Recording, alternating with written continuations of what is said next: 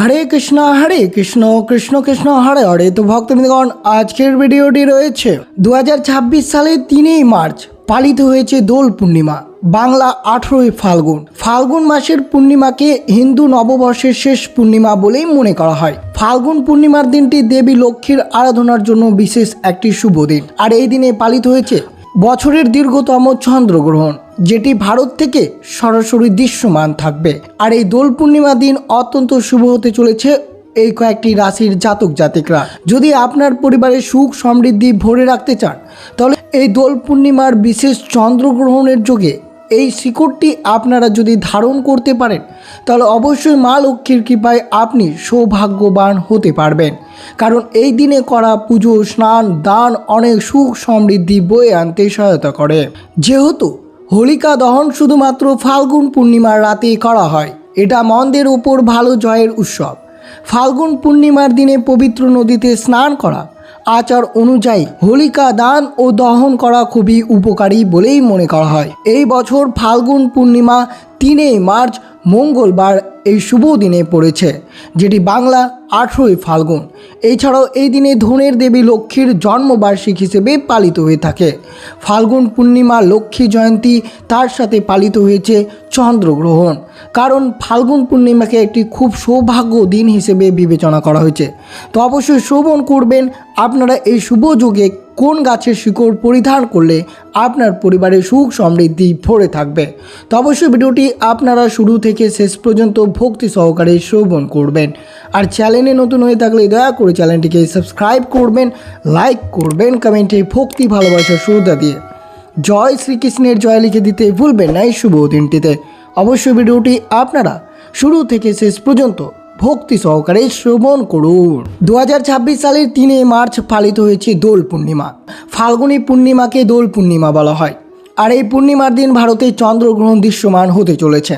তো চন্দ্রগ্রহণের সময় দোল পূর্ণিমার কীভাবে আপনারা ব্রতটি পালন করবেন। বৈষ্ণব বিশ্বাস অনুযায়ী ফাল্গুনী পূর্ণিমা বা দোল পূর্ণিমার দিনে বৃন্দাবন শ্রীকৃষ্ণ আবির গুলাল নিয়ে রাধিকা এবং অন্যান্য গোপিনীদের সঙ্গে রং খেলায় মেতেছিলেন। সেই ঘটনা থেকে দোল খেলার উৎপত্তি হয়। হিন্দু ধর্মের অন্যতম প্রধান উৎসব। প্রতি বছর ফাল্গুন মাসের পূর্ণিমা তিথিতে এই উৎসব পালিত হয়ে থাকে। এবার দোল উৎসব পালিত হয়েছে 3 মার্চ মঙ্গলবার। দোল উৎসব হোলিকে মন্দের ওপর ভালো জয়ের প্রতীক হিসেবে বিবেচনা করা হয়েছে। দোলের আগের দিন ন্যাড়া পোড়া করে তারপরেই দোল উৎসব বা হোলি খেলে এই দিনটি উদযাপন করা হয়েছে। বিশ্বাস করা হয় যে এই ফাল্গুনী পূর্ণিমা অর্থাৎ দোল পূর্ণিমা, তার সাথে পালিত হয়েছে চন্দ্রগ্রহণ।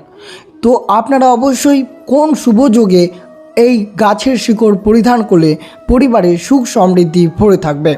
বিশেষ করে এই রাশির জাতক জাতিকা অবশ্যই সৌভাগ্যবান হতে চলেছেন যদি আপনারা এই কয়েকটি গাছের শিকড় এই দোল পূর্ণিমার দিন যদি পরিধান করতে পারেন।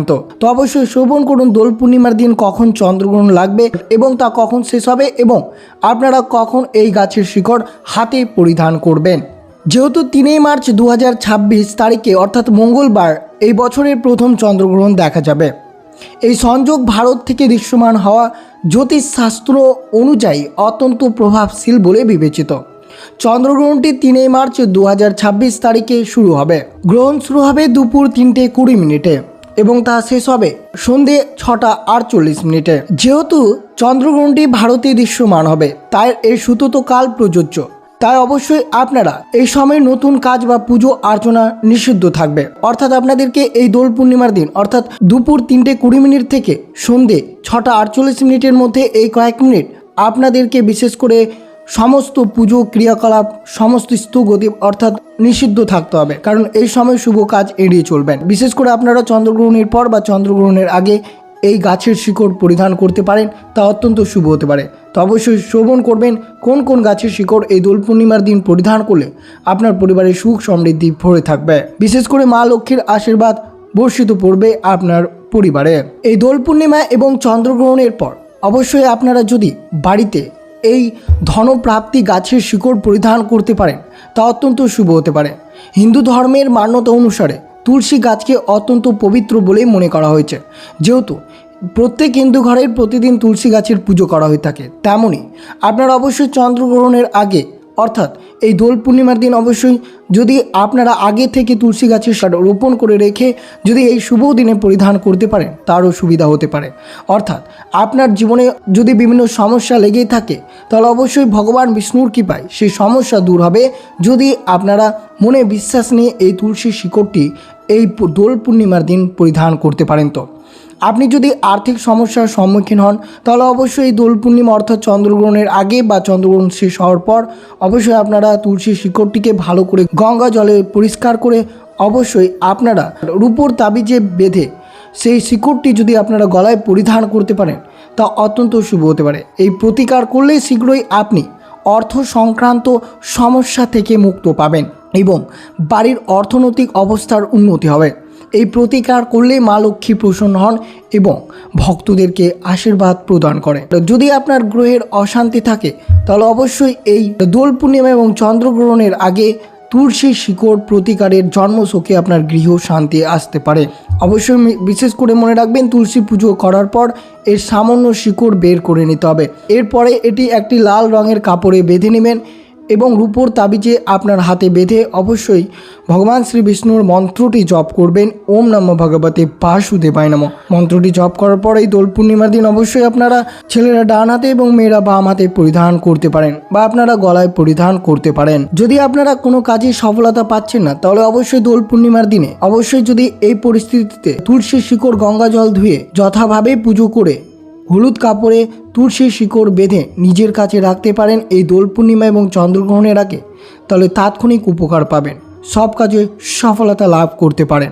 তাহলে অবশ্যই মনে ভক্তি নিয়ে আপনারা অবশ্যই এই তুলসী গাছের শিকড় পরিধান করবেন। এরপরে যে মূলটি রয়েছে তা হচ্ছে এই চন্দ্রগ্রহণের পর বা চন্দ্রগ্রহণের আগে দোল পূর্ণিমার দিনে অবশ্যই সাদা অপরাজিতা মূল যদি আপনারা কোথাও দেখতে পান তা অত্যন্ত শুভ হতে পারে। চন্দ্রগ্রহণের সময় এই কার্যকলাপটি করলে তারও শুভ বলেই মনে করা হয়। বিশেষ করে মনে রাখবেন দোল পূর্ণিমার দিন চন্দ্রগ্রহণ আর চন্দ্রগ্রহণের এই শুভ যোগে অবশ্যই আপনারা এই সাদা অপরাজিতা গাছের মূল পরিধান করতে পারলে তা অত্যন্ত শুভ হতে পারে। শ্বেত অপরাজিতা মূল বিশেষ করে 1 বা 2 ইঞ্চির মতো আপনারা এই শুভ যোগে রোপণ করে আনবেন।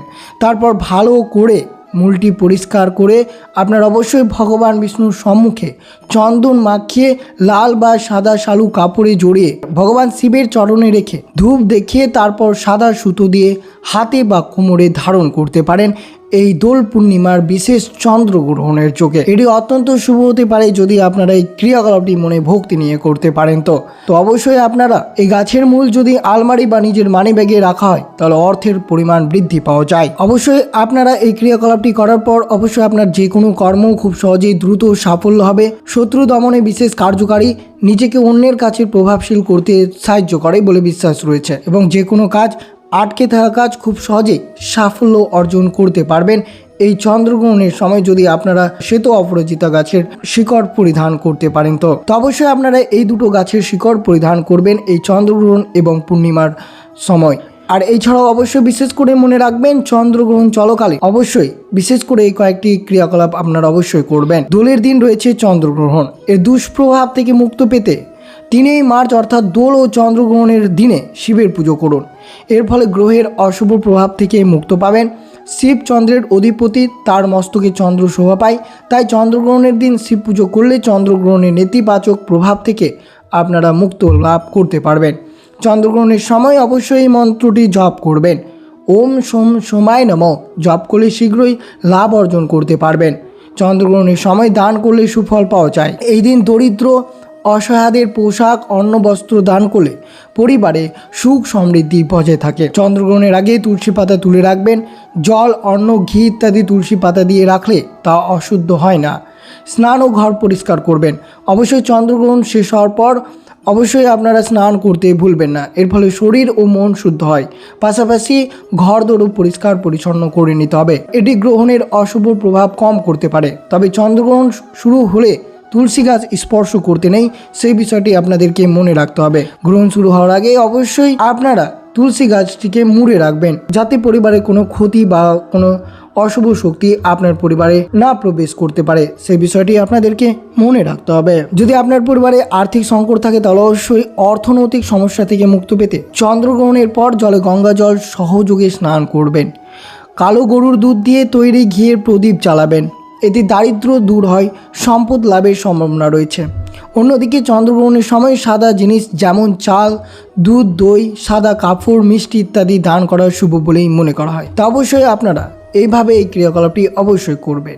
যদি আপনারা বিভিন্ন সমস্যার সম্মুখীন হতে হন তাহলে চন্দ্রগ্রহণের পর মিষ্টি ভাত তৈরি করে কাকদের খাওয়ান, এতে অত্যন্ত শুভ হতে পারে এবং যে কোনো কর্ম আপনার খুব সহজে সাফল্য আনতে পারে। তো অবশ্যই আপনারা 2026 সালের 3 মার্চ মঙ্গলবার পালিত হয়েছে দোল পূর্ণিমা, তার সাথে রয়েছে চন্দ্রগ্রহণ। তাই অবশ্যই আপনারা শ্রবণ করলেন যে কোন কোন গাছের শিকড় পরিধান করবেন, কিভাবে ক্রিয়াকলাপগুলো করবেন, পরিবারের সুখ সমৃদ্ধি ভরে রাখতে চাইলে চন্দ্রগ্রহণের পর কী কী করা উচিত, সব কিছু আপনাদের সাথে বিস্তারিতভাবে আলোচনা করা হলো। তো এই ছিল ভিডিওটি ভালো লাগলে অবশ্যই চ্যানেলটিকে সাবস্ক্রাইব করবেন, লাইক করবেন, কমেন্টে ভক্তি ভালোবাসার শ্রদ্ধা দিয়ে জয় শ্রীকৃষ্ণের জয় লিখে দিতে ভুলবেন না এবং ভিডিওটি আপনার আত্মীয় ভক্ত বা বন্ধুদের সাথে অবশ্যই শেয়ার করবেন। সুস্থ থাকবেন, সতর্ক থাকবেন। জয় শ্রীকৃষ্ণ, রাধে রাধে।